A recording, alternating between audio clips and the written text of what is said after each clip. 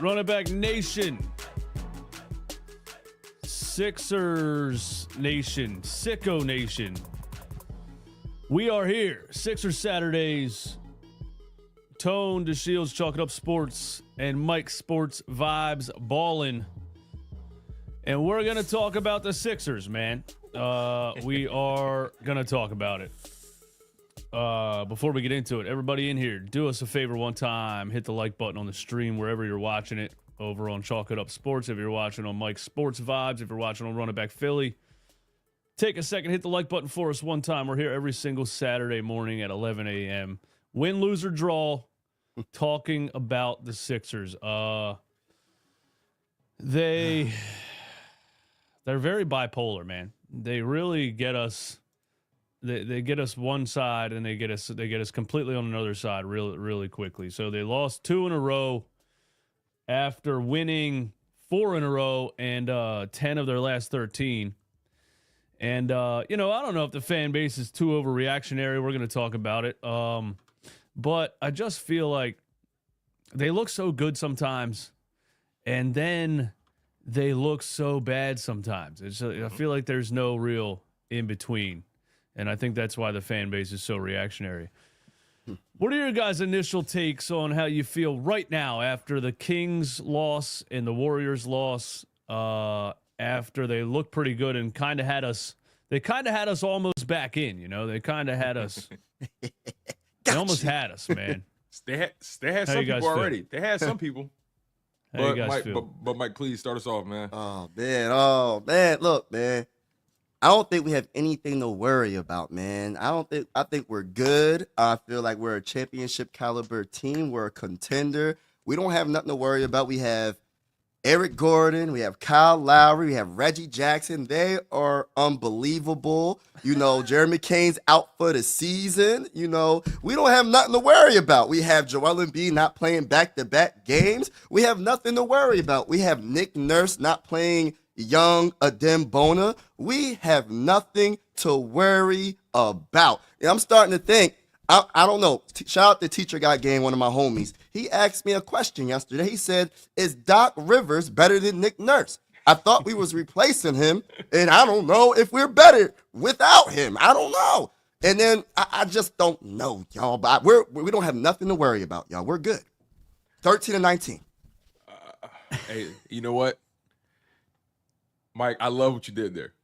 You had me going, bro. I love what you did there. You had me for a second. He's going to be the positive one here? Because I thought I was going to have to play the heel for a second.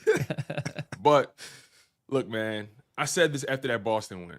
Even though it was a great game, great performance, we still have to hedge our expectations with this team. And we can't allow ourselves to get too emotionally invested in what they've shown us, right? And this is what the Sixers are good at.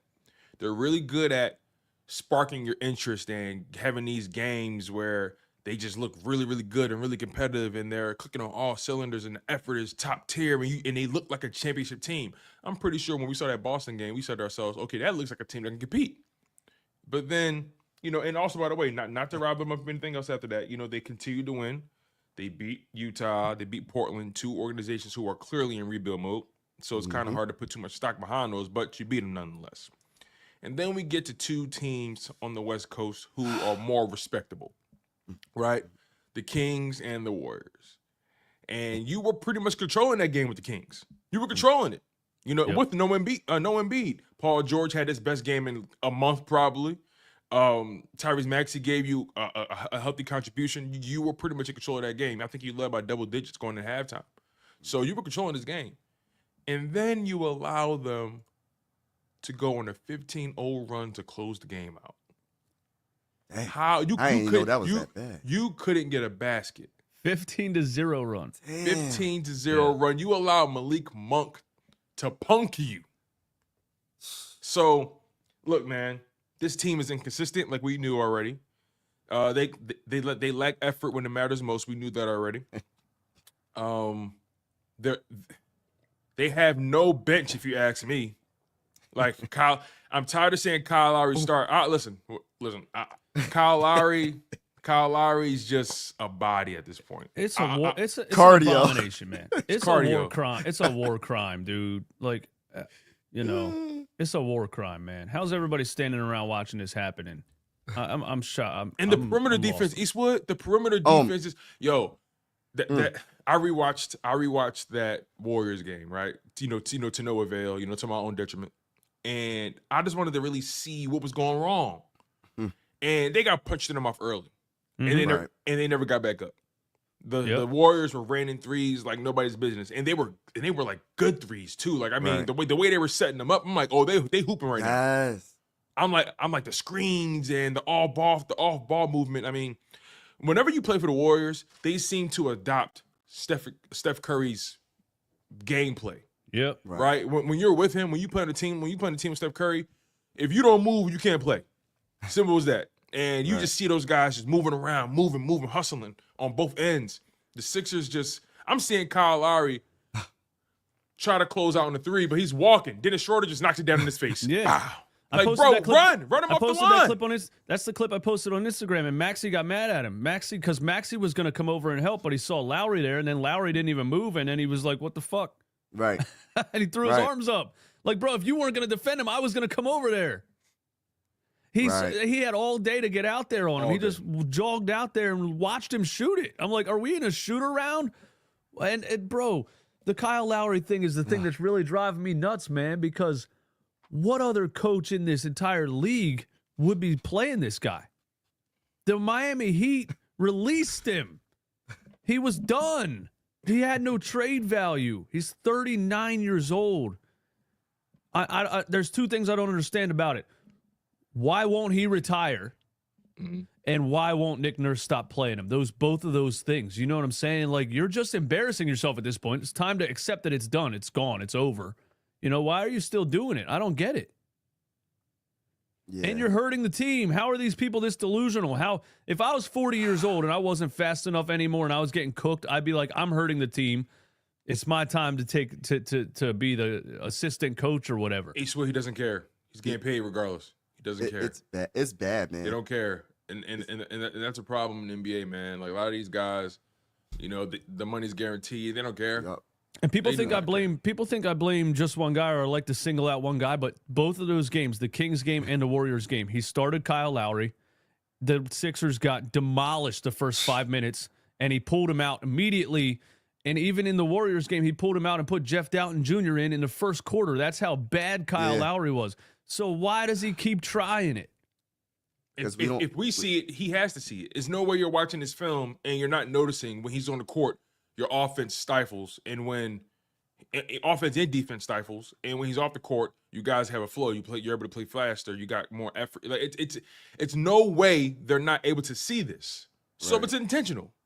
Right. It's intentional. They know he's hurting them, and they play him anyway. They're tanking him. Yeah, I mean they're losing on purpose. Is that where you're going? No. I'm not saying that part. I don't think they're losing on purpose, but I just think Nick Nurse has this affection with him, and he believes he's something that he's not. He believes like he's trying to. It's like, okay, you ever have like some mess going on in your house and you just keep walking past it? Yeah, and it's just you keep a snowball effect. You just keep walking past it, and it just gets bigger and bigger. But you see it every day. But you're like, I'll get to it. I think that's what this thing is with Kyle Lowry. He sees it, but he's just walking past it every day. Yeah, and it's like, I don't know, in the starting lineup, like Caleb Martin, that really got to me too, man. Like, he played like 22 minutes, gave us 2 points. It's like, I don't know what's up with Caleb Martin, man. I feel like if it's not against the Boston Celtics, we're not going against the Boston Celtics 50 times in a season. So you got to play the other teams that we go against, and he's not balling. I don't understand. Is it about the green that they're wearing, and he just gives like, I'm going to go play my hardest. And then against the other teams, he's like, man, I'm not going to play.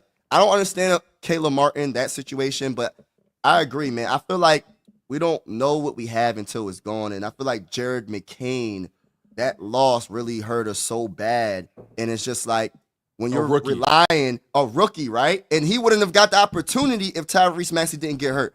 But that's another story for another day. But when it comes to Eric Gordon, and that's another problem. When it comes to Reggie Jackson, I can't believe we're honestly giving them meaningful minutes on this roster. And it's like, Yeah. That's how screwed we are at the point guard position. Because I want Tyrese Maxey to play at the 2. I know he can facilitate. I know he can do that. But I feel like we need a traditional point guard that can shoot the 3, obviously. But it's just like, it's not natural. Like, and then going to the Warriors game, right? I don't know if y'all looked it up, but the assists compared to, like, their assists compared to our assists, they had like 40 double. assists compared to ours was 17, I believe. That is so bad, bro. They more than doubled our assists, bro. So the ball move it's bigger than just us bricking. Well, that's part of it. We're bricking for chicken all the time, but it's just like it's bigger than that. I don't know. It's something with the mindset of this team. That's I don't know coaching right why there. the ball movement, like they're Right, not that's coaching. moving around. It's coaching. That's Right, why I that's said coaching, bro. That's we coaching. traded a nurse. We traded a doctor for a nurse. Usually the doctors are higher up, getting paid the big bucks. And I don't want Doc Rivers, y'all. Don't. I don't want him. But I'm just saying we traded a doctor for a nurse, and he might. I'm just saying. I don't know. Did we make a mistake there? I think it starts at the coaching. You know what I mean? And this is the results that we're getting. You traded down a broken down Honda Accord for a broken down Ford Focus. You know what I'm like? You didn't. Nothing Right. changed. You know, Right. you went through the trouble of signing papers and all that stuff, and you got the same level of. It's the same thing. Yeah, it's the same. Yeah, it there's is. nothing changed. Nothing changed. Nothing So changed. yeah, I don't. You know, Let me I don't ask feel you like guys anything this then. changed. Like, if But, nothing's changed, then we have to ask ourselves: Is this the way the organization wants them to play? Is this the Joel Embiid playbook, or you get what I'm saying? Like, we went through 2 coaches, and they're playing the exact same way, if not worse. Because of the This championship is- resume, man. This That's is the combination of Doc Rivers and Daryl Morey and the combination of Nick Nurse and Daryl Morey. I'm seeing the same thing. To me, this is 2 people that are seeing the game totally different than everyone else in the league. All they did was like let's put Paul George with Embiid and Maxey, and then we'll just sign veteran playoff tested players. Even if they're 7 years past their prime, you know what I mean? It was just, what's his level of playoff experience? Even if he's 50 years old, if he's been in the playoffs 12 times, we're signing him because he's playoff tested. But nobody in the room was like, yeah, but he can't play anymore. Are you forgetting that part? Like, he can't play anymore. So that's all they did. Yeah. And then they're realizing they're getting smacked in the face because these other teams are playing young guys that are keeping up with the modern day NBA. The Warriors are still a modern day NBA team. Steph Curry's about to be 37. It doesn't look like he lost a step at all. They screen so much, they move so much, they pass the ball so much, and the Sixers are one of the slowest paced teams in the league. They always are with Joel Embiid. That's one thing. I thought against the Celtics they ran it through Maxey and they kept the faster pace and they got up a lot more threes. Mhm. Against the Warriors, it just looked like they had no game plan at all. And it looked like they're like, hey, how are you going to stop a team that flies up and down the court and shoots a lot of threes?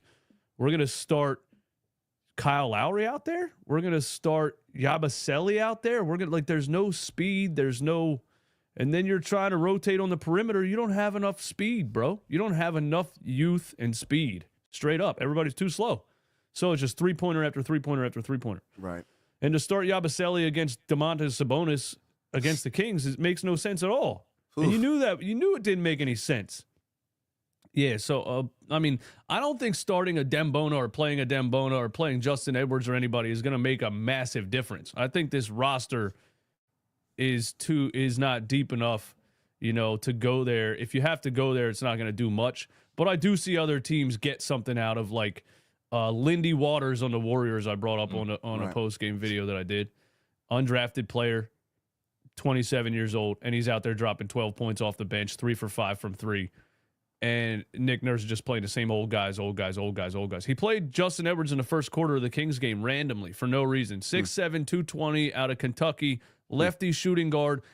Bro, you're so bad in the margins with these old players. Why not just let a player run out there for 20 minutes and see what he does? Right. But he played him for 5 minutes, never put him back on the floor, and never put him in the Warriors game. And I'm like, I don't understand the lack of giving young guys a shot. But again, that's the same thing Doc Rivers was doing. So Right. Yeah, you never know what you Nothing got changed. until you put it out there. consistently, right? Like, and this is the crux that we're always in with the Sixers. They refuse to play young guys, and then they're wondering why they lack depth, or they're wondering why they lack athleticism in key spots. You're not finding out what you have. You're not finding out what you have. You're not developing these guys. Okay, I'm trying to think. Who's the last player they really developed? Because I feel like Tyrese Maxey got there on his own, if you ask me. He did. Yeah, And Jared McCain already came ready-made. Yeah. Tyrese Maxey, honestly, James Harden had a lot to do with Tyrese Maxey jumping in that one-off season. I think James I agree Harden with had that. a I do agree huge with that. impact on him, like confidence-wise. Like, remember James coming off the bench just yelling at him? Yeah, Doc wasn't doing that yeah. for him. Nah. It was like James was the one coaching him up. And Doc James was wasn't feeding doing him. that. James was like, shoot. He was feeding him. He was Shoot the ball, feeding him. right. Yeah. Giving him confidence. Doc was like, don't shoot. The opposite. Don't shoot. You need to Don't be- shoot. I coached Rajon Rondo. Listen, I coached Rajon Rondo. Yeah, another player that was amazing at 20 years old. You didn't make Rajon Rondo. Exactly. Anyway, Mike, what were you Yeah. saying? But yeah, man, I just feel like, oh man, I just don't know what to think of this team right now. I just feel like when it comes down to it, right? When you have to, you don't have to. They're so desperate. They're playing Kyle Lowry at starting right now. He's starting for us. And then what's going on with Kelly Oubre Jr.? What is he hurt? I Like, think he got is it an sprained hand or illness? something. Oh, so he has a sprained hand. Because I was like, Dad, because I would love to take out Caleb Martin out of the starting lineup. Like, he's just not it. Against every other team, he's not it. So we got some holes, man, that I didn't think we had. Like, this big of holes, and it's all like it's pretty much in front of us now because Jared McCain. But I don't know where to go. Like, do we have any money or any first round picks that you're willing to give up to go get a point guard? Like, who's available? Who's possibly available that y'all will want right now? Like, of course, the Jimmy Butler rumors. He just got suspended for 7 games. So Which is a bullshit. lot of He got people suspended for what? I didn't even 7 see that. games. He got suspended for 7 games for he wasn't putting the like full effort on the court. He was just Yeah. standing in the corner. Yeah, they So said Not the, really the doing Miami detrimental. suspended him. They said conduct detrimental to the team. Yeah. No, I But mean, that- prior to the suspension coming out, they said, oh no, a suspension is BS. Like, that's not true. The next day, a 7-game He's suspension suspended. is 7-game suspension is out there. yeah, I would do that So- though. If a player requests a trade, I don't want you on the floor anyway. Right. You know what I mean? If you're going to openly say to the media, I don't want to be here, then I'm not going to put you on the floor. I don't want you to be on the floor. I don't want you affecting the rest of the guys. You know, Tyler Hero, they asked him about it. He was like, I don't know. The vibes are cool with me.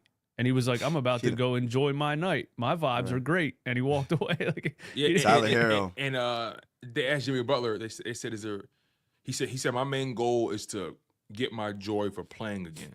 I haven't enjoyed playing basketball in quite some time. yeah, because it's time And- to retire. Why won't And- anybody accept this, man? They asked him because the NBA money too good. It's too good. That man. NBA money It's hard too to good. walk away from Eastwood. Right. That NBA money Yeah. gets the people going. It's You don't like gets them playing ramped up. anymore, bro, because the grind isn't there anymore because you made it. You got $500 million. You're chilling. You don't have that fire in you anymore. You don't have the chip on your shoulder anymore. You don't have to prove anything anymore. You're Jimmy Butler. You did it. Well, he said Yeah. that, but they asked him, "Do you think you can get that joy back here?" He said, "Probably not." probably not. It's to the point he's hurting his value. You know what I mean? Who's going to Yeah. like? It's going to be harder because Pat Riley. I highly doubt he's just going to give him up for anything. You know what I mean? Just to get rid of him. So I feel like he needs to just be quiet. You know what I mean? I know it's harder than to do it. You know he's he messing with should the- be able to do it. He's messing up the money though. He's messing up his money for the future, and he's messing up trade value. So people are going to be like, "Yo, Pat Riley, I'll give you like a 2nd-round pick or something, just for example, and Kyle Lowry, and they're going to be disrespectful like that." So it's going If to be he hard thinks- for people, If he It's thinks tough. he's getting their next contract, he's out of his mind. right? Yeah, definitely. Yeah, I mean, let's talk about Jimmy Butler for a second because the first thing is, I thought the Sixers should have done everything they could to keep him and Joel Embiid together. I thought that Agreed. was the window. I don't think everybody realizes how small the window is. You got, when you get 2 players like that together, you got a 5-year window to try to get it done. You know what I mean? Embiid's past his prime now. Butler's past his prime now. But at the same time, you had a problem in Chicago and forced your way out. You had a problem in Minnesota and forced your way out. You had a problem in Philly and forced your way out. Now you got a problem in Miami and you're forcing your way out. At what point is it you? The You're problem. you're he never really happy.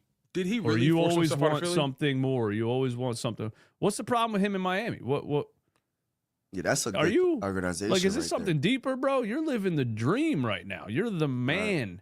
You got Yeah. $10 million condos in South Beach, and you're living the dream, and you're still like, I'm not happy. I don't know. I think he needs to talk to a therapist. To be honest with you. I'm trying to think about this because you do bring up a good point, right? Everywhere he's went, it always seems to kind of flame out, right? The Sixers one is a little different to me because there. Tobias Harris. not even just that. It was Both Ben of those Simmons. players, both of those Ben players Simmons were too, going to be free agents, and the Sixers opted to sign Tobias because they didn't want to. They didn't want to compromise with Jimmy Butler's request, I think, right? Yeah. As far as the whole right, business. right. Like Jimmy Butler, he was there for what, 2 months, 3 months, and he knew the flaws of the Sixers immediately, Oh yeah. and Right. and he wasn't wrong. Right. He No, he wasn't wasn't wrong, right? Like, that's one situation that I can say that I don't think he forced himself out. I think he just called it how he saw it, and the organization didn't like that. The organization didn't like that, and they felt like he would be an issue in the long term. He was right And- about Minnesota too. He's about Minnesota too. Yeah, Well, the leadership and these players seem like they get to a point assault. though. I think everybody wants to be LeBron James. You know, I think all these guys are like this whole thing now is like they see a player that jumped from team to team and always had a good team. You know, like or Tom Brady in the NFL or something. I think that these players at his age, he's like, I want to win. I want to be the guy in the NBA Finals. And he got to the NBA Finals with a team that probably had no business being there with 5 undrafted players. And so he's like, I want a better team. I want a better team. But everybody can't have the best team. You know, you can't keep Right. jumping teams because Yeah, like Miami, I like want to be on a contender. Okay, everybody does. right. Miami really didn't have. I mean, Jimmy Butler. I mean, I understand like you want to try to have the best opportunity. I don't know what the rumors was when it comes to. I believe there was rumors about Miami getting Dame. That didn't happen. And there was another player that they was rumored to get, and it didn't happen. So I'm not really sure if that was just like Jimmy Butler was like, yo, like I can't do it by myself. I know I got Bam. I know I got Tyler Hero, but I need somebody else. Kind of like when I was talking about the whole Tyrese Maxey. Tyrese Maxey could be the number one option, but you still have to have a Joel Embiid. Jimmy Butler, I don't know if he could be the number one option right now, especially at his age, but he's still a solid player. So, like, who's Bam? I don't see Bam being the guy to, I don't know if he could be your second best player on a championship team. I don't know. I like Bam, though. I like Bam. I like but Bam, but he's not really a natural he's not scorer. Like, right. he's- And then Tyler Hero, he's like streaky. He's streaky. streaky. Right. So it's like him, and he did his job. He got his team to the finals with a whole bunch of people that nobody's on pretty much, right? So give me some talent so I can win a dang on championship. And I feel like he's screaming at Pat Riley, like, what are you doing, bro? You should have got Dame. Like, what are we doing here? So I think that's why he's kind of like, yo, man, get me out of this, get me off this team. Let me ask you this though: Pat Riley has a history of forcing guys out. He forced out LeBron. He forced out D Wade. You know, he forced out Jimmy Butler. You know what I mean? I think he forced out Shaq too at one point. So it's I mean, look, I'm not saying Pat Riley is Pat Riley is one of the best, man. Let's call it what it is. Pat Riley, he is solidified. He's stamped in his game. You can't question his pedigree whatsoever. He knows the game, but you know, it always seems like guys get to the end of their rope with Pat Riley. Yeah, quick. Yeah. He's very hands on. He's very hands on, right? He's kind of Jerry Jones-ish, right? And he's very like, this is the way we do it, and if you don't like it, you could scram. And in a league that's run by the players, especially star players, yeah, they're gonna butt heads and they're gonna be like, all right, then I'm out of here. So yeah, you know, I can see that. But at the same time, like Heat culture and all this stuff, man, I think people act like the Miami Heat have 20 championships or something like that. Like, really, when I was growing up, nobody talked about the Miami Heat. They in the 90s, nobody talked about the Heat. They were terrible all the time. They were a new franchise in the 90s, right? Were they? I'm asking. Were they an I don't expansion? I remember nobody see. talking about the Heat my whole childhood, and there was always this player on them that was a dude with dreads, and I think his last name was Grant, and I don't remember. That's the only player I remember from them. And then they drafted Dwayne Wade, and then they get Shaq, right? Yeah, And that's the championship, boom, right there, right? Then Shaq moves on, and LeBron James comes to Miami. There's a championship run Chris right Bosh, there, right? Yeah. Then, I mean, since LeBron, they haven't won anything, but you Right. got Jimmy Butler, you got back to the final. So really, I mean, a couple of superstar combos, you know, it's not like they've won championships with, I don't know, lesser talent or anything like Their that. first season was in 1988. Okay. Alonzo Mourning. Yeah. I forgot about Alonzo Alonzo Mourning. Mourning. Alonzo Yeah. Mourning. I don't know who I'm thinking of, man. Man, I that don't remember Heat who. team I was would have crazy. to look up the Miami Heat 90s roster. There's one player that I They had my man, they had one of my favorite players from the 90s, Glenn Rice. Glenn Glenn Rice. Rice. Okay. Yeah, I was a Glenn Rice guy when I was like, I liked Glenn Rice, man.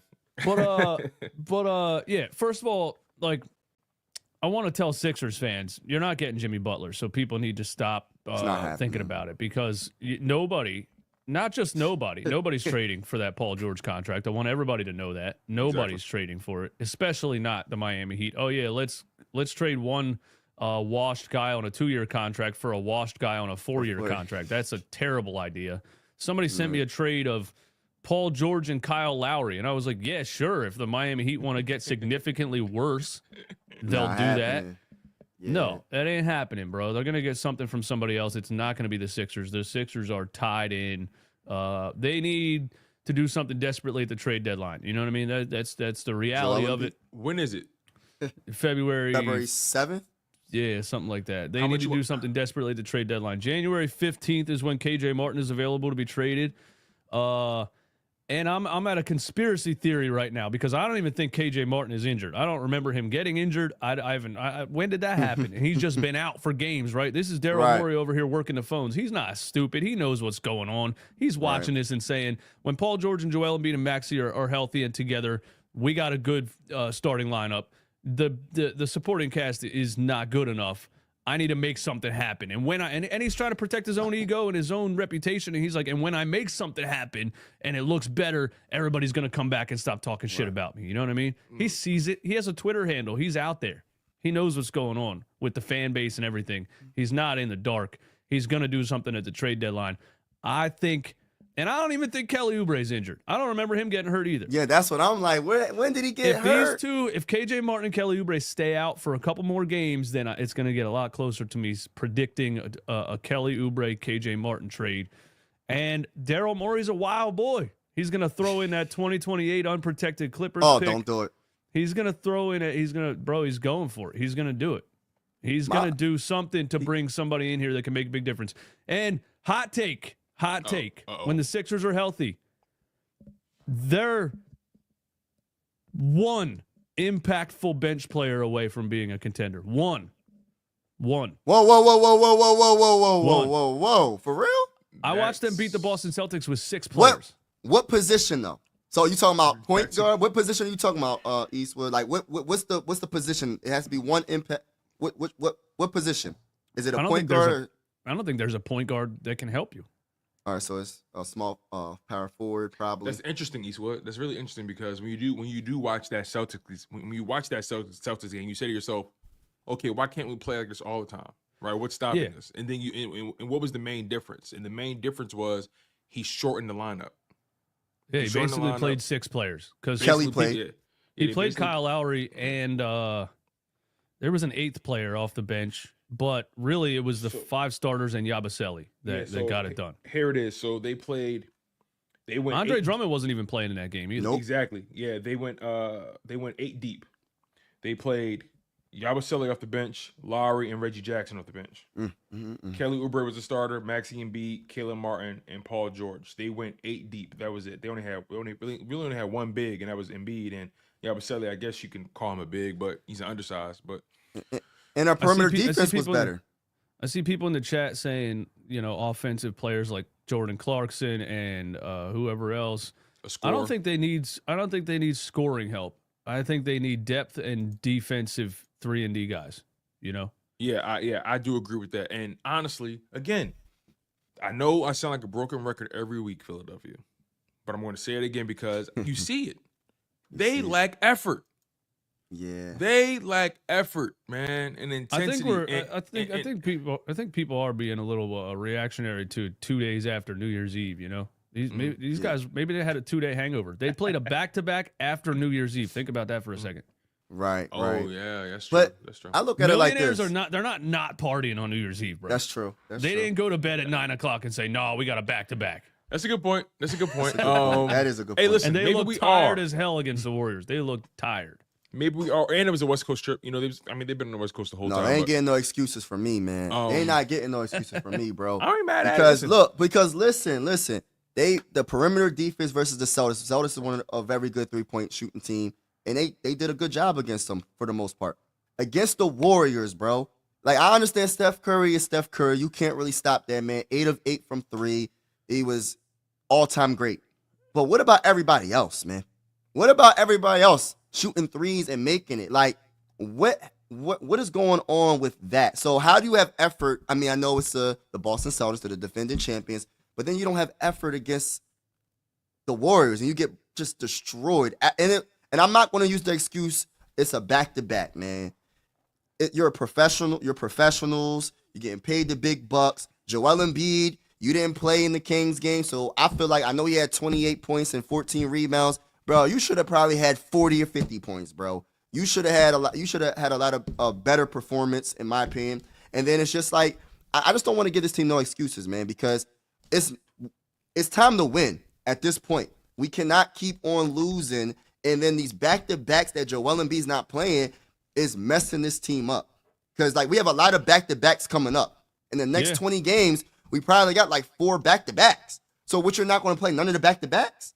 So how are we going to get chemistry? How are we going to get on a true winning streak and climb up the standings if Joel's not playing back-to-back, and then our perimeter defense, and then goes to coaching, Nick Nurse. Aren't you supposed to be a very good like coach when it comes to defense? What's going on, bro?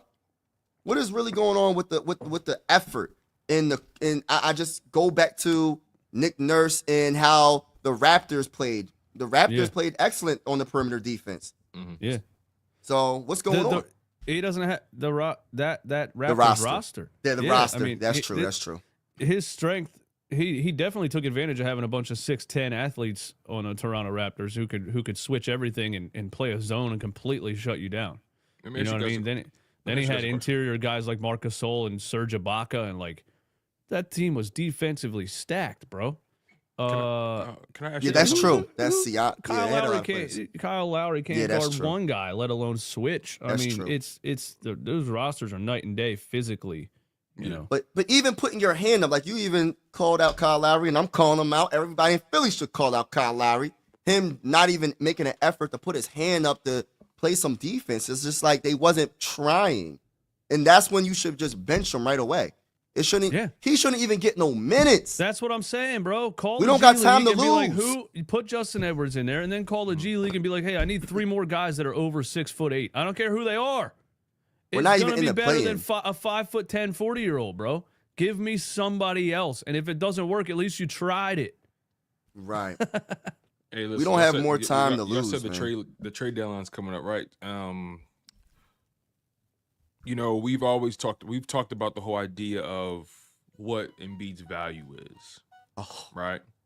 And and you know me, I'm on record saying I wanted to trade him about 2 years ago. I'm on record saying that, and I stand by that. What do you guys think? And we know this probably won't happen because this is all they have. But what do you guys think you would get for Joel Embiid right now? He's actually playing well. He's showing that he's on the court. In my opinion, if you don't trade him now, it's a wrap. It's a wrap. He's not going to get any healthier.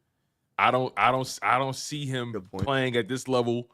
I don't see him being able to be this dominant beyond this season. Like I have this bad feeling that we're going to get close to the play-in. We're going to get really close to maybe making the play-in, and he's going to just go down.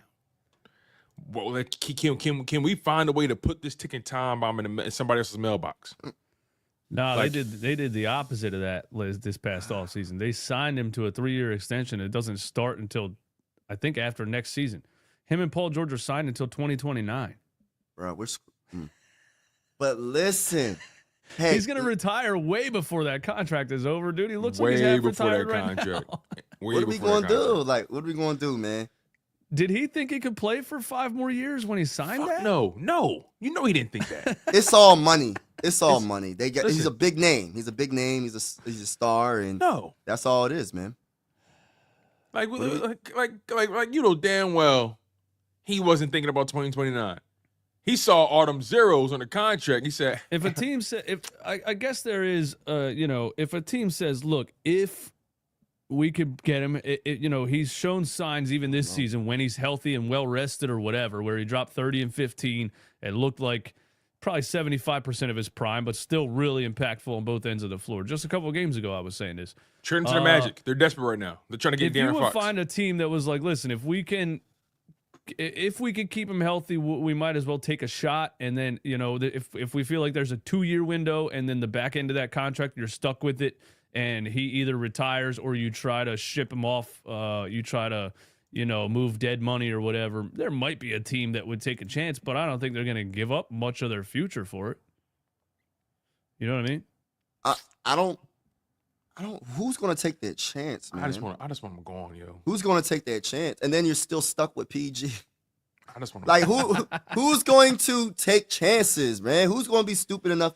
They're stuck was it with these last players. They season? got to make it work for the next 2 years They at are least because stuck. they're stuck Listen, with these players. I talk a lot of shit, but they're stuck. Yeah, they're They stuck are with these stuck, players. man. They're stuck. Yeah, And then we're giving okay, out. But I see different things in the chat about what they need at the trade deadline right now, and I said they don't need offense. I think they need defense off the bench. I think they need better. They need bigger, stronger, younger role players. Straight up, this Kyle Lowry, Reggie Jackson, Eric Gordon thing ain't gonna cut it. I mean, that's not gonna win you a first round matchup. That supporting cast. Yeah. So that's what I think. But somebody in the chat said they need offense. What do you guys think? And Music Lover, you said they're 27th in offense. You got to take. I mean, they were playing without Embiid and Paul George for 20 games. You can't really take their overall offensive rating this season. You got to take their offensive rating with all 3 of those guys on the floor, which is pretty good, I think. So I agree. What do you guys think?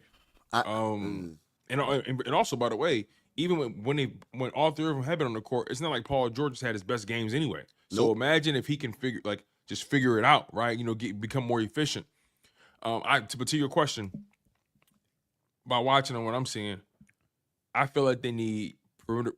They need more consistent defense on the perimeter, and they need more efficient and effective shooting.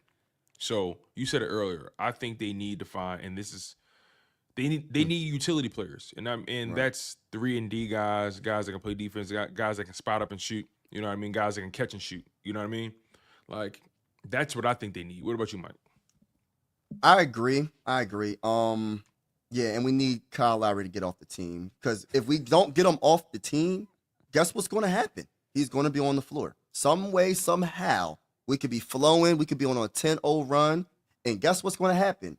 Nick Nurse is going to be like, man, Kyle Lowry, get back on the floor, man. That's what's going to happen. So we got to get him off the team.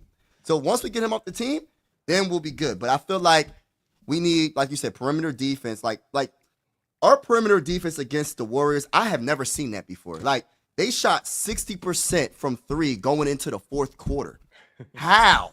And then after the going into the second half, they shot 56.5% from 3 and 56.5% from the field as a whole. Going into the second half, bro. Our defense is I don't know what the freak happened. They did not show up. They was on vacation, sipping on coladas, going to the Bahamas mentally. Their body was on the court, but mentally they was somewhere else. Mike, listen to this real quick, y'all. Real quick. I'm 38. I'm 38. If I party like I used to party, I'm down for 3 days. I'm telling you, bro. They're old and they were partying on New Year's Eve, bro. You don't bounce back like that when you're 35. Yo, listen to this. Listen to how many points they gave up per quarter in that Warriors game. First quarter, the Sixers gave up 35. Second quarter, 33. Third quarter, 35. Damn. Fourth quarter, 36. They got shot out of the fucking building. It was a pickup game with no defense at all for the Sixers. They're just like, yeah, And we got dominated in the paint. We didn't even talk about the paint points, y'all. They killed us in the paint and, too. And be getting dunked on by somebody I don't even know. Yeah, who was that? Who was that? Jackson Davis, bro. Hey, that's what the league is full of. Yo. 6'11" athletes. That's my point over this whole season. It's always a dude that nobody really knows because that's what the league is full of. You won't play a Dembona, but Joel Embiid's getting dunked on by Jackson Davis. So And he won't play a Dembona. I'm gonna try to give them the benefit of the doubt, Eastwood and Tone, because maybe they were partying so hard. You know what I mean? Like what's that one song? Party Like a Rock Star back in the day. Maybe they was partying that's like funny. a rock star, and they just couldn't get up for these last two games. Well, the Kings game, they could have won that dang on game. They just choked. The Warriors game, they must have. I don't know what happened in that game, but And they then was partying like a rock star. And Nick Nurse in his post game is like, we didn't have any energy. We looked unprepared. He said all these things, and I'm feeling the same I felt with Doc. I'm like, that's you, isn't it? That's you. It's your job to have the, for them to have the right mentality and to show up with energy and show up with some fire. He's an idiot. All those keywords he's talking about, those you're responsible for that. But nobody will ask him. The thing too is that I finally watched the post game because I'm like, is anybody going to ask him about this? His lineups and what clearly isn't working, and if why won't you try something different, or why won't you play the young guys? Nobody asked him that. All they did in that press conference was said, "What's it like when the greatest shooter of all time goes on a run like that?" And I'm like, "Oh, we're gonna sit here and circle jerk Steph Curry? Why don't you ask him the right damn questions, bro? Right. Why are you guys?" What is this? You know what I mean? Right. It's all media. It's all bullshit. ESPN stories and shit. None of those reporters are asking him questions. And I have a question, y'all. What is your opinion on Tyrese Maxey, specifically last game, when it comes to him missing layups? But he's getting fouled. I see him getting smacked on the hands. It's so obvious to me. But why isn't he getting the whistle? But that's why I'm saying, Tyrese, you got to go up strong, man. Yeah. Don't worry about the foul. You got to make sure you get that bucket. And then if there's an opportunity for an and one, then that's so be it. But what's your opinion on him not getting the call? And he's just struggling, like even driving to getting layups. He don't normally miss layups. He missed like 4 layups last game. This team is out of sync, man. They're out of sync. Period. Like they just don't. The lineup is different every damn day. They have no consistent rotations. They're constantly another throwing thing. shit at the wall to see if it sticks. They don't trust each other. You know what I mean? They're never fully healthy. And B's not playing back to backs. This team is piecemealing it every game. They're piecemealing it every game. They have yet to find a lineup they trust. That's true. Man. Tyrese Maxey looks, I think, the streakiest I've ever seen him in his career. Like Agreed. he has when he's off, man, nothing's going in, dude. That Warriors game, he had, I feel like, 5 uncontested layups that he just blew missed. somehow. And I'm like, what is going on, man? And man, he was like 4 for 16 in that game. When he's cold this year, he's ice cold. Should he flop more when he gets fouled? Because everybody's doing it. I'm just saying, y'all. Everybody else is doing it. Should he be more of an actor when he's getting fouled, driving to the lane? Because he doesn't flop like that. I don't think he flops at all, No, actually. he doesn't. Should he flop more so he can get the call? At least get the call and go to the free throw line. Something about his game that officials don't. It doesn't look like a foul in fast. Something about his game, the way he flies to the rim. Maybe in fast motion, it looks a little more out of control and stuff to an official. Like because I know people like to act like he doesn't get calls because referees hate him or something. Ricky Council comes in the game and immediately gets to the free throw line. That is true. He plays the game so like aggressive and just bodies people, and he makes the contact very obvious. Whereas I feel like Maxey a lot of times, he gets bumped, but in fast motion, it looks like defender was straight up, and he just like, I don't know. You know what I mean? He's too fast for his own good sometimes. There's a lot of contact that he doesn't get, though. A lot of times it is like, what the hell? But I don't know. I feel like it's just the way he plays the game doesn't really sell it. You might be right. Maybe he needs to sell it more. Yeah. But that's a shame. That's a shame that we're talking about that. Like, you have to sell it more. You can't just get a call. Look at Jalen Brunson. Well, That's a referee He problem. sells everything. But you know, you guys said something interesting. He's so fast. Like I think one thing that's going to be his next step in development is knowing how to control his pace better. You know what I mean? Like he hardly stops on a dime. Mhm. You know, once he decides, he goes. So, but again, I think that's the least of our problems, right? I think Max is going to figure it out. I trust Maxi unequivocally, but our issues are our issues are internal. So right. They're structural. It's most of the stuff that's a problem for us is stuff that we really can't fix. The roster, What do you guys think and I don't think the trade deadline is going to fix much, if I'm being honest. Leadership. What do you guys think the impact is of not having Kelly Oubre? Because he's been out for 2 games and they lost 2 games and they won 4 in a row. They won 10 of the last 13. And a player like that who's 6'7", 6'8", can get up and down the floor, is a huge defensive impact, especially him and Caleb Martin together. It's a big reason they shut down the Boston Celtics was Kelly Oubre and Caleb Martin and Paul George. Those 3 on the perimeter. You lose one of those guys, Kelly Oubre. The whole perimeter defense looks different. So I think he's definitely underrated as far as impact. Kelly Oubre is. And KJ Martin was playing good defense this season too. Yeah. So I don't want to make excuses, but without those 2 guys, your perimeter defense goes down the drain pretty quickly. And that's part of what happened, I think. Yeah. And I don't know if they're getting him back or they're trading him. I don't want to trade Kelly Oubre. I like Kelly. Because I think I like Kelly too. Yeah, and I don't think what player are you going to get in a trade that's going to do what he does, kind of those in between the margins, just a utility guy, I agree.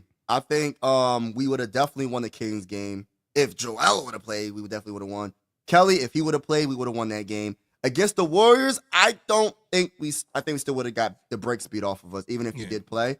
But I feel like it would have been a lot closer, and maybe Kyle Lowry wouldn't have got 10 minutes. 10 minutes too much. So Kelly Oubre Jr. for me is one of my favorite players on the team right now because of the effort and the energy. Even if he's not scoring offensively, his defense shows up. He might not be the best defender ever, but at least he tries. And I forgot what game it was, but he had like 8 steals. What game was that? He had like 8 steals. Ooh, just that like was 3 games ago. Jazz game? Is that a Jazz game or was that the? I think like you don't get 8 steals not trying. You know what I mean? The effort and I think he had like 15 points that game too. So he's giving it on both sides. But Kelly, I would try my hardest not to trade him. Daryl Morey better not. So Yabusele and Kelly are our 2 best like role players that they're untouchable in my opinion. Caleb Martin, he can go. I mean, I love Caleb against the Boston Celtics. You hate Caleb Martin so much. Nah, because I just don't understand how bad he can be against everybody else and then be so great against one team. It's not consistent for me, man. And then like he shot the ball like how many times? Like 4 times last game, and he was just bricking 2 points in 22 minutes. He was pretty good still against the Kings though, and he was good okay. Since the Celtics game, he was good for probably. He was way better against the Celtics. You're not wrong about that. But should he be a starter though? Should he be a starter or should he come off the bench? Yeah, I feel like he's getting. I don't know. It depends how consistent the shot continues. I don't know if he's a starter. That's a solid question. Yeah. But I don't think he was terrible the whole season. But since the Celtics game and since he came back from whatever they called it, shoulder impingement. Yeah. He's been all right. He's been a big part of the perimeter defense. But notice a lot of the problems that we have are guys that we decided to pay. Caleb Martin, Paul George, Kyle Lowry. It's like these guys like we pay the wrong people. Yeah, I'm looking at. Go ahead. I'm looking at K Shea in the chat said Herb Jones or Keon Ellis, and I don't think the Kings. I mean, the Sixers are always looking at other teams like, hey, they got a 22-year-old 3-and-D player. Why don't we ever have that player? Why don't we ever have the Keon Ellis or the Herb Jones or those guys? You know what I mean? We never draft that young 3-and-D guy but we also don't play guys to see if we draft them to see if they're that guy. Right. Adam, like Adam Bonin could be somebody who we don't even know what we got until somebody else get their hands on him. And all of a sudden, gonna be good. Like when was her like Keon Ellis draft? I'm gonna look up the Keon Ellis draft or Herb Jones draft. Like when were these dudes drafted? If they were 2nd round draft picks, I'm gonna be pissed. But yeah, I don't think. Well, I don't think the Kings are going to trade him anyway. Kings are 3-0 since they fired their coach. That's interesting. Oh, yeah, wow. I'm not buying that though. I think that was a mistake firing Mike Brown You personally. think so?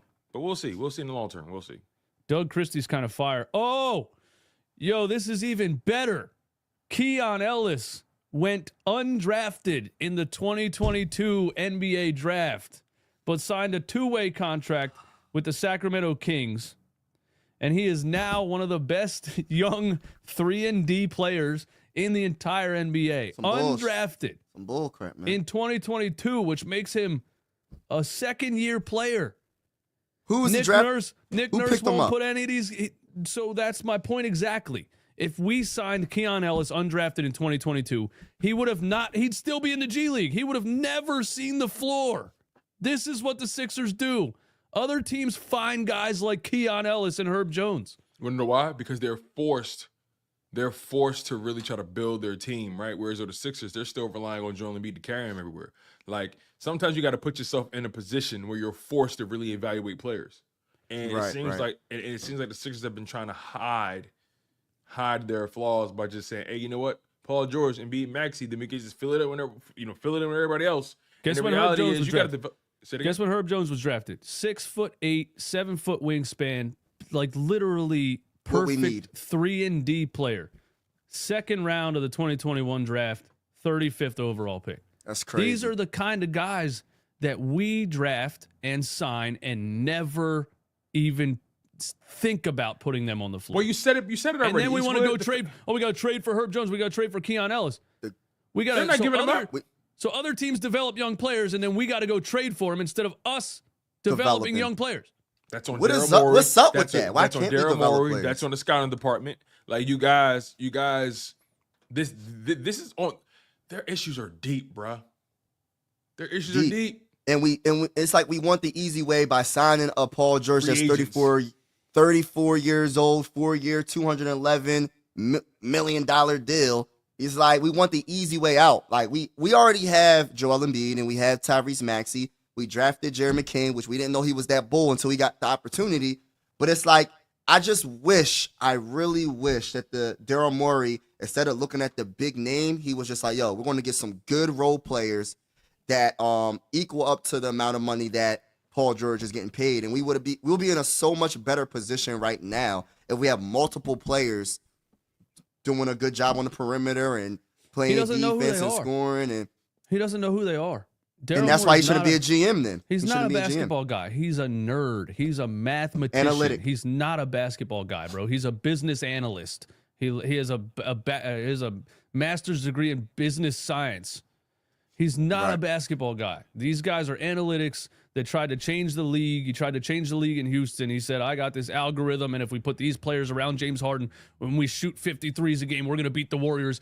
But then they missed 27 three-pointers in a row in the Western Conference Finals because that's the basketball god saying, no, you're not changing the game, nerd, with your math equation.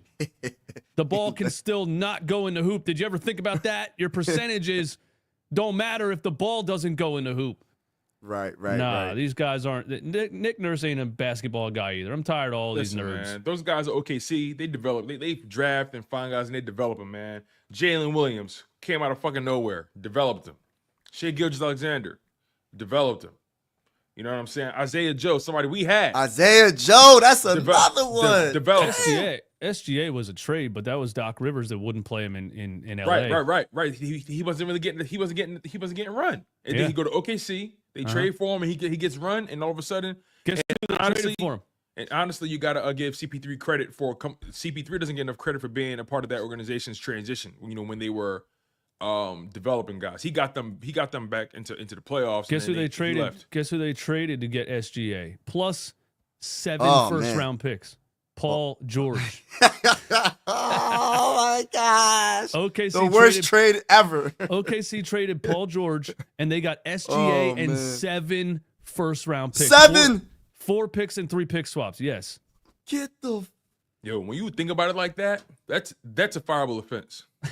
what the freak are they doing? And then they let him walk to sign with Philly, so they lost all of that and got nothing out of it.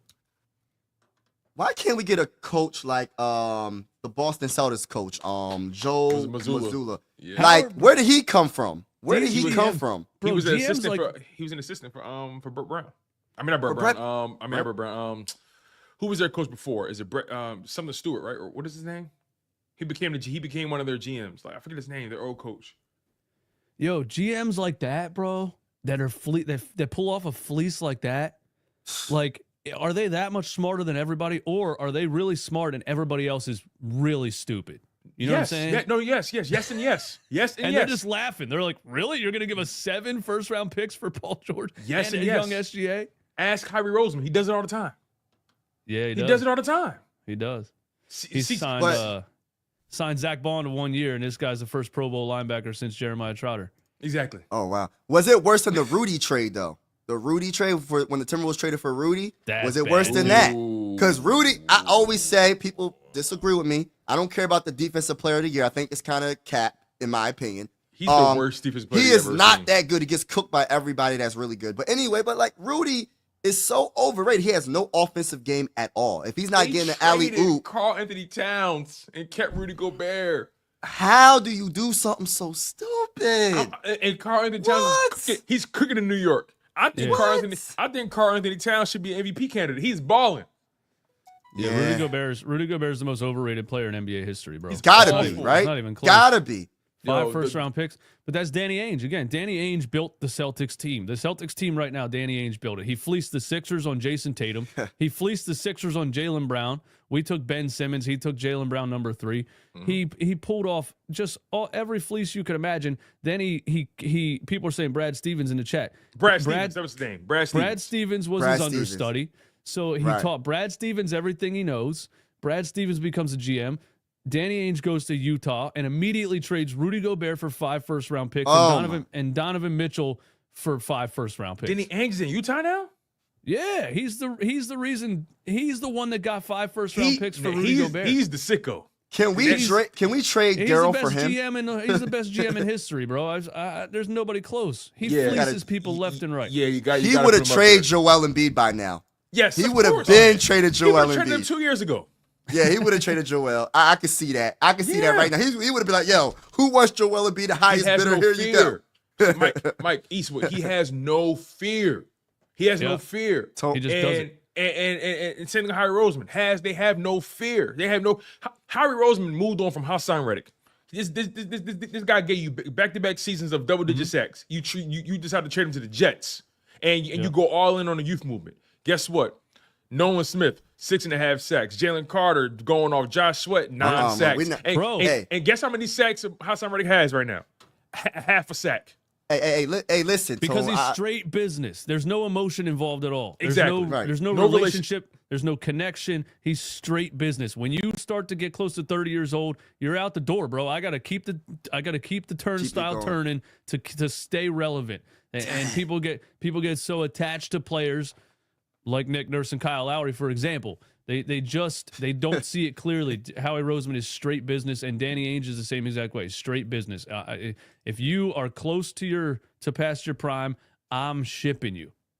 Tone, your dream would have came true if he was our GM. I'm gonna let you know that right now. No, seriously. Your dream would have came really, true. Eastwood said it like it's Your wish. Is Danny Ainge that much smarter than everybody else, or is everybody that dumb? Yes and yes. He's a genius, man. He's a genius, Yes, bro. He's Like a you genius. can't handle You know what feelings else in this Danny thing. Ainge did? Danny Ainge, after the Boston Celtics won the 2008 championship, they blew it in the second round. I think maybe the next season, or maybe they got to the finals again. I don't remember clearly, but the year after that, they had disagreements with Doc Rivers, who just won a championship 2 years before. He traded him to Orlando. He traded his head coach. What? Yo, we need for a him. Yo, first-round pick. let's get him on Danny the Sixers, Ainge- man. Danny Ainge is a stone cold savage, dude. He's a killer. He He's a killer. traded a championship winning head coach for a first round pick. He's a killer. We should have got him. We should have got him. Like, I don't know what made him leave Boston. Like, how did that even happen? Why did it happen? You want to know why? You want to know But- why he left? I can tell you why. Why? And I have no inside information. You want to know why he left? A new challenge. A new all. challenge. A new Yeah, challenge. and they already Yeah. had a good Yeah. team. He Like, groomed Brad Stevens. And listen, I Yeah. respect Brad Stevens for this, right? He was their coach for a long time, and he realized, you know what? I think they need some fresh, some fresh. I think they need a fresh voice. I've been grooming this guy Joe Mazzulla. Mazzulla, you take over. He was already on the roster. He's already on the coaching staff. Mazzulla, you take over. I'm going to move up, and next thing you know, they win the championship. Right. Jimmy J said Brad Stevens has already surpassed Ainge as a GM. How? What? Danny Ainge has too much. He has too much on his resume for you to He say got that. way too much That on his roster resume. Way too much. The roster was built by Danny Ainge. What are you saying, bro? Yeah, he got. Yeah, come on now. Come on. I mean, the Yeah, Drew we gotta- Holiday trade. Drew Holiday trade. Is that what we're talking about? That was a good trade. Kristaps That was an excellent Porzingis. trade. He's played like 7 games in 2 years. What are you talking about, Kristaps Porzingis, bro? He's never on the floor, Jimmy. Come on, Jimmy. He's probably saying because they won a championship. You know what I He mean? didn't But, play in but, the That finals. was really Danny Ainge's. but roster. that was his Didn't play in the roster. finals. Right. He said championship. Yeah, Danny Ainge built a team, bro. Yeah, he built What are the shit. you saying? He passed it on to him. You know what I'm saying? He passed on getting Jason Tatum, drafting Jaylen Brown. Like he passed that on. And my whole thing is this, man. Keeping Al Horford young somehow. This guy's still. I can't stand him. Drafted I Pritchard. cannot stand him. I don't want to even talk about that guy. But Jason Tatum, we passed up on Jason Tatum, bruh. Like we drafted Markelle Fultz. Isn't it ironic how like Markelle. the two players the Sixers like the Sixers and the Celtics are like soul tied. Like it's like our bad decisions become their good decisions. Yo, Right. Markelle Fultz is a good example, bro. Listen, any young kids out there that are watching this that might have NBA dreams, do everything you can to avoid being drafted by the Philadelphia 76ers, man. Because something will happen and your career will be over. Jared McCain needs to run far, far away from this franchise, bro. And that's For him to be that good and just randomly tear his meniscus after a full healthy college career and all that, nah, something's going on, bro. Something's wrong, man. Yeah, Something in you the gotta get water. away. It's something about this team, man. It's like that's why when people be like, "Yo, get all the draft picks," do you have faith in us drafting well? But then again, I do when it comes to Daryl Morey. Daryl Morey drafted Jared, he drafted Tyrese Maxey, but it doesn't necessarily mean that you're going to get the top dog if you get the first overall pick. And we experienced that back to back, right? Or you know what I mean, with Ben Simmons and Markelle Fultz. So if you could find a Leonard, I don't know when Leonard was drafted, what number he was. If you could find a Tyrese later in the first round, I mean, first overall picks don't always plan out, and that's why first overall picks don't always plan out. So you have to do your scouting, you have to be able to develop players. But even though the Sixers don't develop players, so they just get lucky, bro. They got lucky with Jerry McCain. They got lucky with Tyrese and Joel Embiid. Joel Embiid became this dude because he was already pretty much that dude. You know what I mean? He wasn't getting developed by the Sixers organization. He just worked on his game. Jay Mitch said, I'm confused with the convo. Before the season started, they were a top 3 team. Now y'all just hate the franchise and every move they've made. Nah, Hold on. Jay, you gotta be must new be here, new buddy. You must be I've new been- here. Yeah, You must I've be been- new here. they've made I wrong don't got move. no comments on that. They made every wrong move you could make over the last 20 years, bro. Right. What do you mean? Like we just Michael thought Carter Williams. We just thought we had a little bit of hope now. Yeah. We thought we had hope. But doesn't change the but fact that they but made that it. doesn't change who they've been. Like you had to be new here because like we've always talked about this team. I know Eastwood has especially. We've always talked about this team always underperforming, playing below expectation, making bad decisions. This is not a new trend for them. We just thought that, okay, you made some moves that maybe we can get behind. And then when you finally see it on the court, you say, okay, this doesn't work. All right, now listen. I'm not sure who it was that said it, but listen. If your best player doesn't even start the beginning of the season, and you kind of have to adapt to what's going on, bro. You can't be saying, oh, well, the Sixers are going, well, even though I'm kind of delusional, I'll be saying that sometimes, but I ain't gonna say it a lot. But you have to adapt your mindset somewhat as the season progresses. Like, look at what's going on right now. We're 13-19.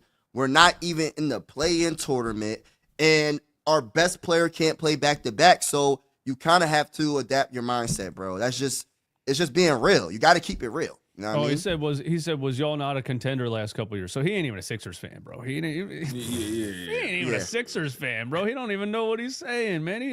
Come on, you have man. to. He doesn't.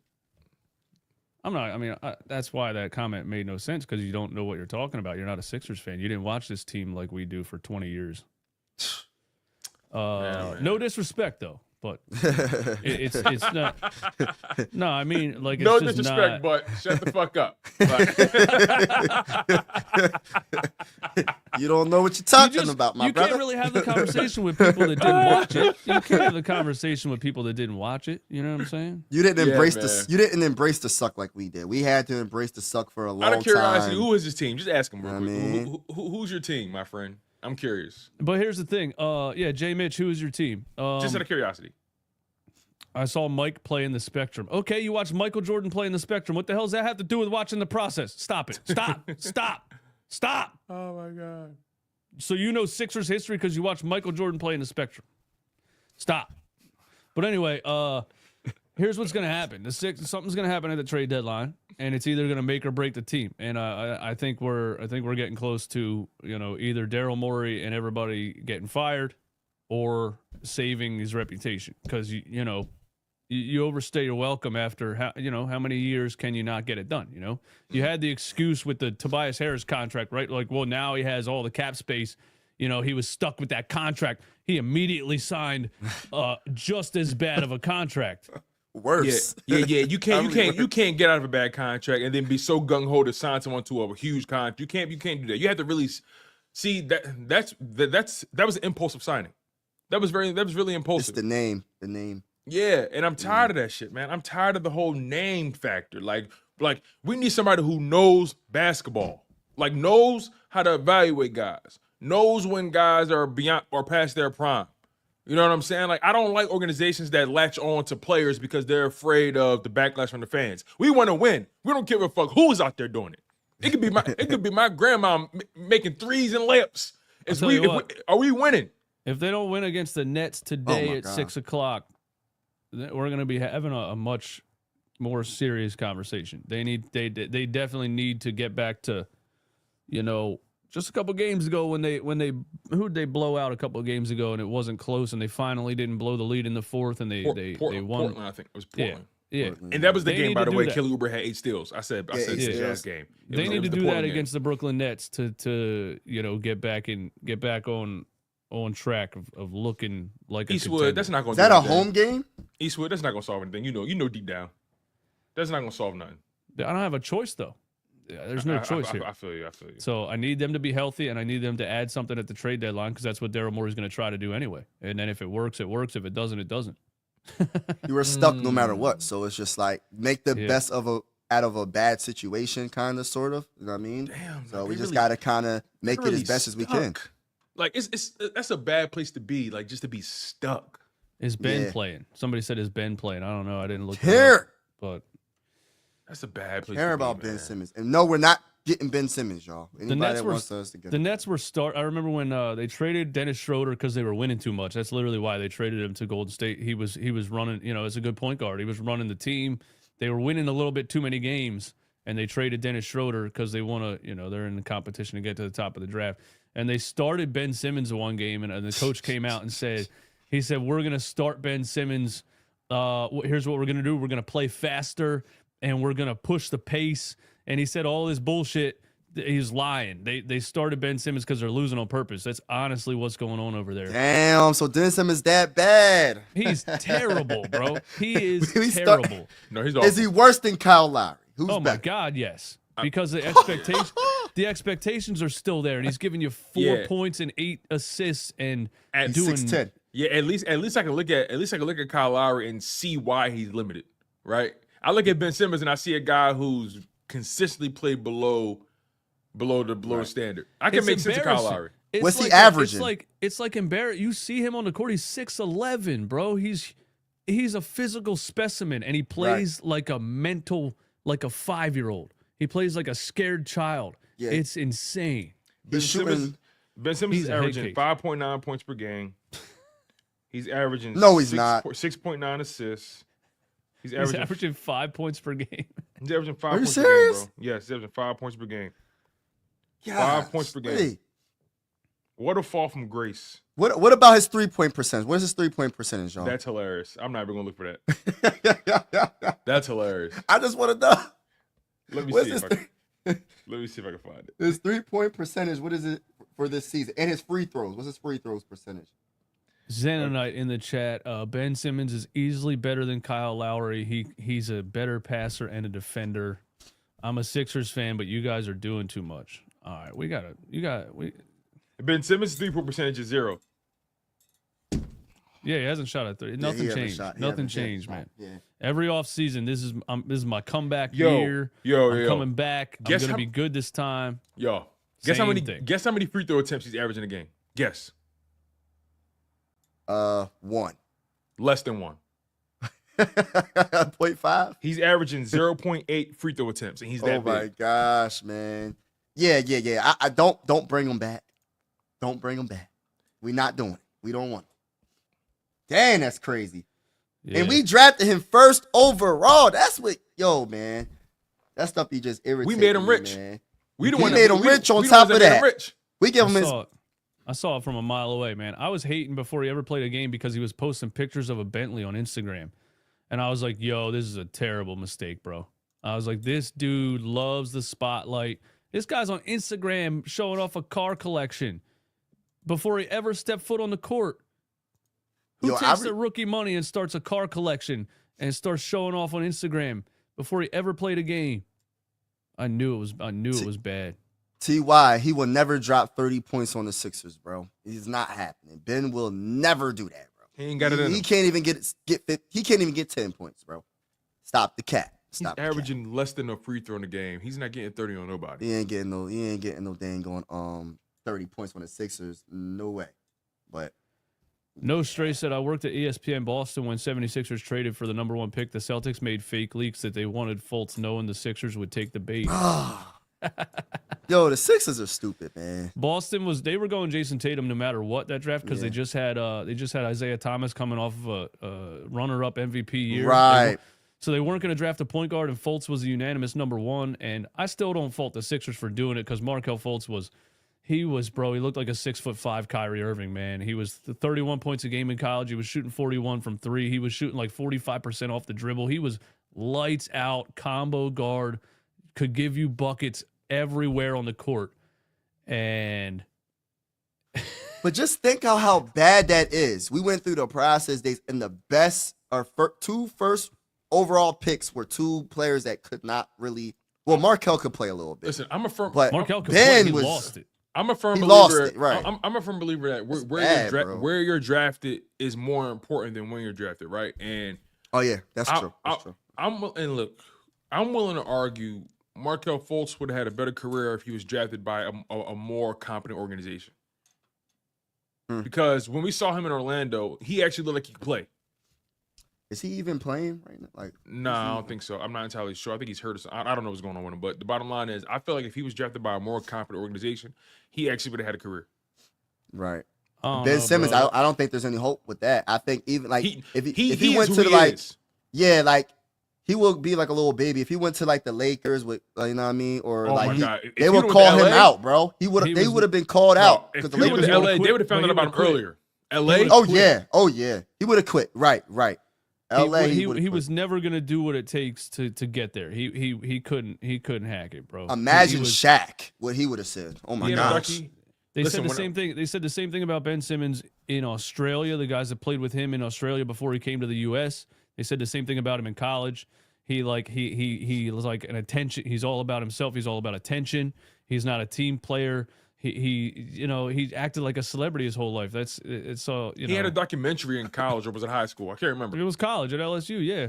And he was talking nonchalant about how he didn't go to class and he would show up to the campus and sign autographs and shit. This guy thought he was LeBron James before he ever played the game in college or the pros. People said he was going to be the next LeBron James, and like, Yeah. and my whole thing is, out of that draft, to keep it real with you, I wanted Brandon. Was it Brandon Ingram? I wanted Ingram. I wanted wanted Brandon Ingram. Ingram. Brandon thing, when Ingram. I you're wanted when Brandon you're- Ingram. When you're 6'11", 240 and you can run like that, guess what? You dominate high school basketball. Oh yeah, You don't have to shoot the ball, right? So he thought he was LeBron James, but nobody told him, hey, when you get to the NBA, there's other guys your size. Oh, Now yeah. you got to shoot the ball. And that's just it. It ended there. As soon as he started playing against people that could match him physically, it was over. And it's how he was like, not trying to come at him really personal, but like, You can, wasn't go there a ahead, please. story? You can. Wasn't it a story that you put out, Eastwood? I'm not sure if it was you, where you was talking to his father or something, Oh yeah, or his his dad's mom. an asshole. It So it was. Oh yeah, It his was dad- already bro. like. Oh yeah, It was. His It's dad how is he the was same brought up. mentality, bro. His Right, dad it is was the how- same mentality. Yep. Right. It's how he was raised, and he just thought he was bigger than life, and now he's getting. I mean, he probably still thinks he's bigger than life at this point, even though he's not even playing that many Bro, minutes. I And he's was in not good. Philly. I was in Philly, lower level. His parents were sitting behind me. I had a Ben Simmons LSU jersey on. It was his rookie season, and I was a big fan. I watched him. I was draft him, all that stuff, right? And his parents were behind me, and I think I asked him for a selfie. I was like, "Hey, will you guys get in this picture with me?" Ben Simmons' parents, while I'm wearing the jersey. I think that's dope because they were on the documentary. Right. They were on the Showtime documentary, and he looked right at me. He said, "We don't take photos." And I was like, Yeah. "Oh," and I just Dang. turned around, and I'm like, "Bro, like what? Like where?" This dude acted like he was Denzel Washington, bro. I swear to God. I swear to God. And then his wife, Ben's mom, came up to me a little bit later, and she put her hand on my shoulder, and she was like, "Hey, I'm sorry about that. That's He's what's not. up. He's not really like it came off wrong or something." Like she apologized. I was like, "It's fine. I forgot about it. I don't care." But At yeah, least he- somebody in his house. That's how he is, though. dude was Somebody in an his house who got some asshole. damn sense. Like Dude that was was an that was asshole. cool that she did. That was respectable of her to be like, "Hey, I'm sorry about that. That didn't have to go that way." That dude I was an appreciate asshole that. because you're in Philly. You got fans of your son in the arena. You think you would embrace the people that are. Nah, he was like, "We don't take photos." I'm like, "Who the fuck are you, bro?" Yeah. Right. Like, my family originated from here. You can Right. go back to Australia, bitch. Right. And you know what's Fuck that crazy guy. though? Fuck Wasn't that it guy, like dude. wasn't it deeper the reason why we drafted him? Not even just because of the talent, he's 6'10". It was because didn't Brett Brown Brett coach Brown. his dad, Yeah, right? Yeah, Brett Brown. Yeah. So it was so many, like it was like a guarantee he's gonna be the number one pick to the Sixers. Like it was nothing, there was no way we was gonna pass up on that. But going back to Markelle Fultz, man, he's 26 years old, unsigned.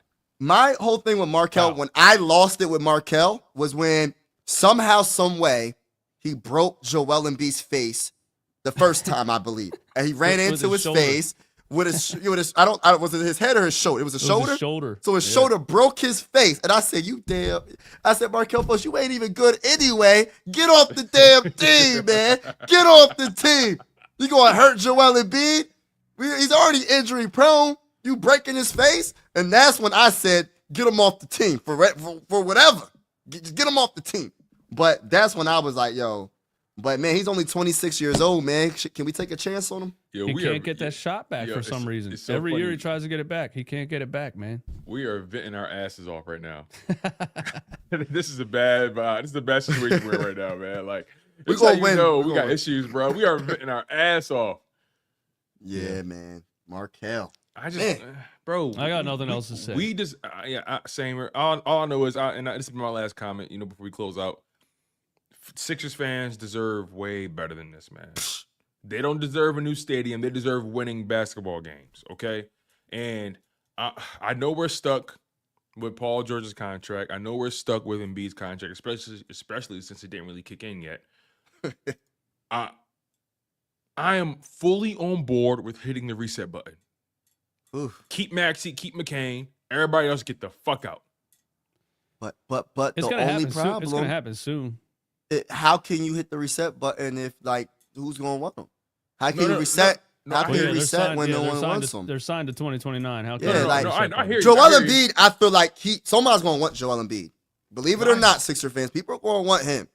Paul I hear George, you. on the other hand, I don't. And if Joel Embiid could be healthy, there's a chance he's going to probably get traded to the New York Knicks, or something like that, or the Lakers with LeBron James, and then win a championship with the Lakers. But that's another story. The for Knicks another day. got the Knicks got their center that can play They're- modern day They're basketball. good. Yeah, They're They good. got their center that can go end to end and shoot the ball and play a fast pace Yo, isn't it funny? 2025 And NBA then game. Yo, Anthony real quick, Davis with the isn't it Lakers. funny how there was a point in time where we were making the Embiid, Karl-Anthony Towns comparisons? We were saying, yeah, Embiid is light years ahead of Karl-Anthony Towns. He's tougher. He's a better defender. All this stuff, right? And now Karl-Anthony Towns has passed him, in my opinion. You think so?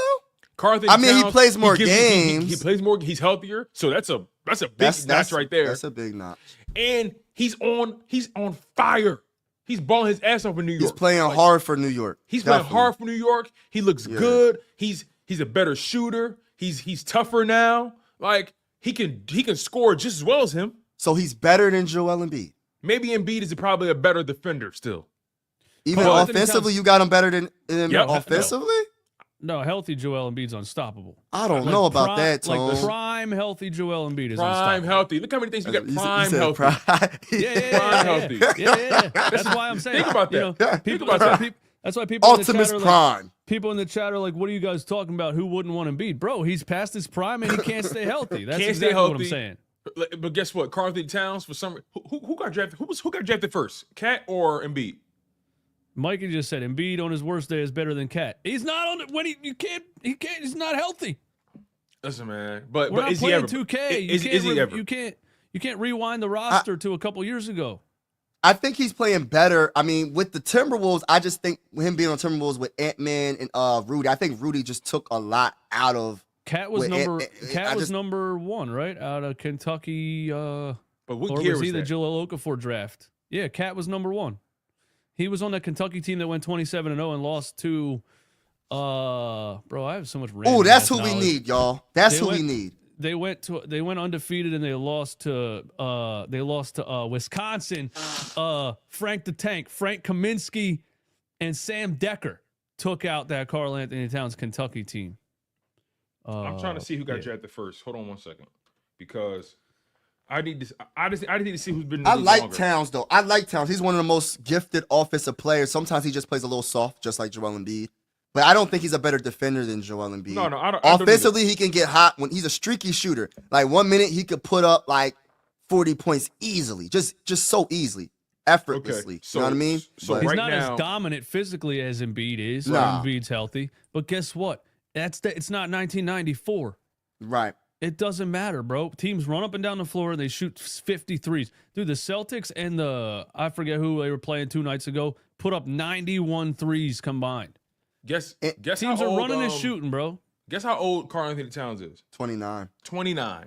Yeah. Joel Embiid is 30, and he looks 40. Like Karl Yeah. Anthony Towns weighs. He's 7 feet 248. 248. Joel Embiid 7 feet 280. Lose some fucking Golly. weight. Hey, listen. Hey, listen. Karl Anthony Like- Towns. Hold on. Karl Anthony Towns averaging 24.7 points per game. Embiid is averaging 24.1, right? But the efficiency, Karl Anthony Towns, 54% from the field. Embiid, 44% from the field. Karl Anthony Towns, 14 rebounds a game. Embiid, seven rebounds a game. Embiid's not even a dominant force on the boards anymore. But you Cat got stayed to put healthier into because like he doesn't play as physical of a game. Right, he doesn't play. And he's lighter. He's more finesse. But that's where the league is. And the Yes. 3-point percentage, don't forget That's what about that. He's a more 44. modern big. And he's statistically the best shooting center in history, by the way, Karl Anthony Towns. He's the best Yeah. 3-point percentage. I don't know if it is this year still, but there was a couple years where, like 5 years in a row or whatever, he had the highest 3-point percentage of any center ever. Embiid, I drafted like- in 24 you 2014. got a point. Cat You got a drafted point. in 2015. They're only a year apart draft-wise. Right now, I'm putting Towns Drew said above other- Joel, but Other than being healthy, Cat is not in JoJo's atmosphere. okay, but let's go. you He's have still to on be business. healthy. Yeah, that's You're true. right. That's true. You're right. Yeah, You're right. You have to You're be right. healthy. But guess what? Embiid is Yeah, always healthy. hurt. So is that equal out. It equals that's, out a that's little who bit. he is. He's not- unhealthy. That's who It's he not is. one of those games where it's not like Pokemon where you put your cards up and whoever has the best cards wins. You got to Right. actually play the game. Right. And let's keep it real. Towns be missing a lot of games too. He don't stay healthy all like that. He don't be staying healthy. I mean, he stays healthy more than Joel Embiid, but he be missing a lot of games, man. Look at his career. He be missing up. He played only 35 games in 2020. Played only 29 games in 2023. He had a Okay. torn Like, ACL he's one not- time too. Yeah, so he has injury history. He misses a lot of games. So if he can continue this, He what plays he's way doing- more. He plays way more than. Okay. yeah, he does. Okay, he does. Okay. Listen, real quick. Cat has at least on the resume something that Embiid doesn't have ever. He has 1, games. 2, 3, 4, Ooh. 5 games where he's played 74 games or more, and then 5 seasons. 5 seasons. But I'm sorry, that's 5 his- seasons. Yeah. 5 That's seasons. the beginning of his then- career, though, bro. In 2021, he played 74 games. In 2023, he played 62 games. In this modern NBA, if you're playing 62 games, that's a win. All right. I got you. Got that. You got 62 games in 2021. you got that, bro. Off the torn ACL, right, in 2022, right?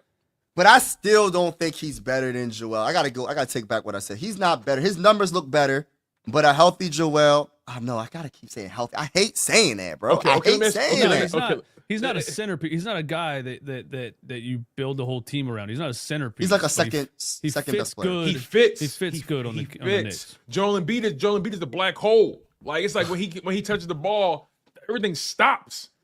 Like That's what I mean. If people are pointing out Yeah. that Joel scored 70 or Joel had 50 and 13 or whatever, I don't care okay. about that, And man. what did that get you? Cat, it's just a more modern big, man. And I think and listen, I'm thinking about the Sixers going forward, right? Like they need to modernize this offense, this team. Period. They're too old and they're always banged up. That's a problem. The one thing that I love Which is about why they shouldn't have Joel, signed these contracts because you're gonna have to restart soon, and now you can't. the one thing I do like about Joel that's over Cat is Mhm. the man can get foul calls, get the other team in foul trouble, and you know what I mean. He's at the free throw line. He's a very good free throw shooter. So that it slows the game down, but it's strategy. So because like when you're in the playoffs, you trying to, you know what I mean, we trying to get them in foul trouble. You tired get of them in that foul shit, too. trouble. I'm You don't like that? You Tired don't of like that that? shit too. They were Most of down his by points. 25. They were down by 25 to the Warriors, and he's doing sweep throughs to get to the free throw Yeah, line. Man, get this yeah. shit out of here, bro. I'm tired of seeing this. Most of half his points in that game. Hold on, real quick. Half his points came off the free throw line. He shot 11 from 14 from the free I throw can't line. knock the free He had throws, 28 though, points. man. So just off pure buckets, he had what is that? 17 points just off buckets. Like I mean, he's like, Yeah. bro, I can't knock the free throws, man. It's part of the game. I can't knock it. I understand. And then it's even better in the playoffs, though. Regular season, okay. But in the playoffs, you know what I mean? It works better because the game is slower. The game slows down. I guess. And that's more winning. I think that's more winning basketball in the playoffs than regular season. You know what I mean? That's when it counts the most. And if he stays healthy in the playoffs, we have a chance. Like, people forget about what he did to the Knicks coming off that meniscus tear. When he came back after that meniscus tear, he wasn't even 100%, and he was cooking the Knicks. The Knicks had no freaking chance. He was averaging, 33, 35 points a game, like 12 rebounds, 6 assists, getting blocked, playing fast for the most part. He just couldn't do it by himself, him and Tyrese Maxey. So, I mean, we could say that, but he was dominant in the playoffs coming off a meniscus tear. Look, I know Embiid It worked. when healthy We just didn't is win. the man. When healthy, he's the man. When healthy, he's the man. People are saying. But I'll say this: when Go ahead, the best ability, it's my last thing. The best ability is availability. I'm sorry. I People got are you, saying they don't Joel. like I the- got people, you. There's people that say I hate the Embiid slander. Well, just I hate Start- that he's never start winning available. games. How about that? Start That's winning true, games. though. That's start true, though. winning games. Start I winning hate that he's games, never and we'll here. change it. Start looking consistent and winning games, and we'll change it. Because you looked 57 years old against the Warriors and got ran off the floor. Oh, yeah. Anybody can get the slander. You know what I mean? And Yeah, I think it's anybody like, can get the smoke. I think it's like a certain number of years that you watch it, you're gonna get I'm tired. jaded, You bro. know? Because people say, why don't you ever give it to Tyrese Maxey like that? And I'm like, I don't think I'm there yet with him. You know, I don't think 3 years from now, if he's 27 and they're still losing and he's still having these up and downs in his season where he goes ice cold and looks like he can't do anything in the fourth, then I'll probably get to the point where I start saying, hey man, you need to start getting it done. Exactly. But my whole thing is this: like when it comes to Joel, like what the guy was saying, he's the best player on the team. You know what I mean? He's the superstar of the team, so he's going to get the most responsibility when they win or lose. It comes with it being the best player on the team. So that's why us Sixer fans are coming at him the most. And Tyrese Maxey is still young. I mean, he is, you know what I mean, a star in my eyes. But at the same time, it's like you gotta give the responsibility to Joel, And he's always available and he's always most of the It's time. true. Yeah. Facts. most of the time.